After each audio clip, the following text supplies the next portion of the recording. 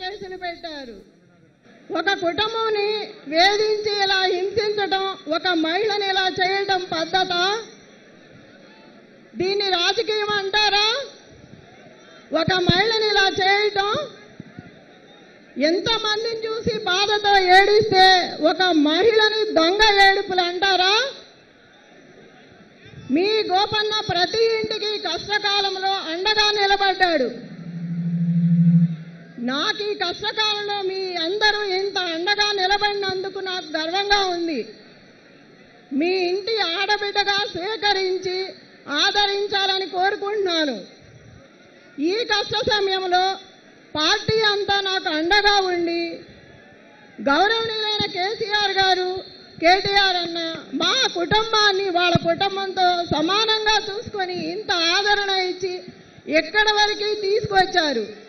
ఇంత ఆదరణ ఇచ్చి సపోర్ట్ చేసి ఇక్కడికి వరకు వచ్చిన ఆ కుటుంబానికి, ప్రతి కార్యకర్తకి ఎంత అండగా ఉండదో నన్ను చూసి మీరు చేసుకోవచ్చు.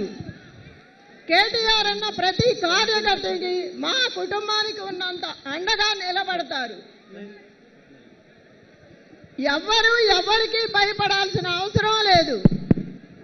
ఎన్నో బెదిరింపులు వస్తున్నాయి. ప్రతి డివిజన్లో బీఆర్ఎస్ కార్యకర్తల్ని భయపెడుతున్నారు, బెదిరిస్తున్నారు. అయినా కూడా ప్రతి ఇంటి నుంచి ఒకే మాట వస్తుంది, గోపన్న కోసం, మీ గోపన్న కోసం ఏదైనా చేస్తామని మాట ఇచ్చారు. నిన్ను ఎంత భయపెట్టినా నీకు మేము అండగా ఉన్నామనే ధైర్యాన్ని ఇస్తున్నారు ప్రతి ఇంటి నుంచి. అదే ధైర్యాన్ని చివరి వరకు అండగా ఉండి నిలబెట్టుకోవాలని కోరుతున్నాను. ఏ అర్ధరాత్రైనా అపరాత్రైనా ఒక్క ఫోన్ కాల్ చేస్తే ఈ సునీతమ్మ మీ ఇంటికి వచ్చి మీకు అండగా నిలబడుతుంది. మన అందరికీ పార్టీ అండగా ఉంది.